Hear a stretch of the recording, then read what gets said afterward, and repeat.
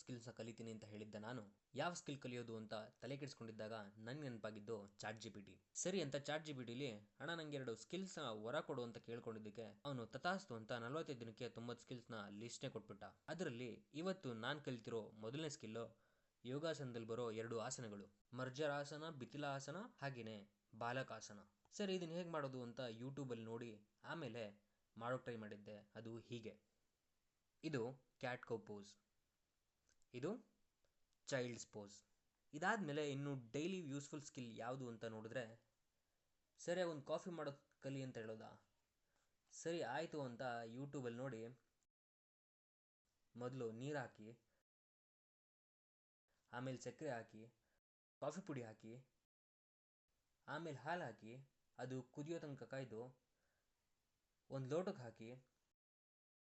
Coffee ಹೆಂಗಿದೆ ಅಣ್ಣ? Super ಐತೆ. ಅಮ್ಮನ ರಿಯಾಕ್ಷನ್ ನೋಡಿ ಖುಷಿಯಾಗಿ ಕಾಫಿ ಮಾಡೋದ್ರ ಜೊತೆ ಇವತ್ತಿನ 2 ಸ್ಕಿಲ್ಸ್ ಕಲ್ತಿದ್ದಾಯಿತು.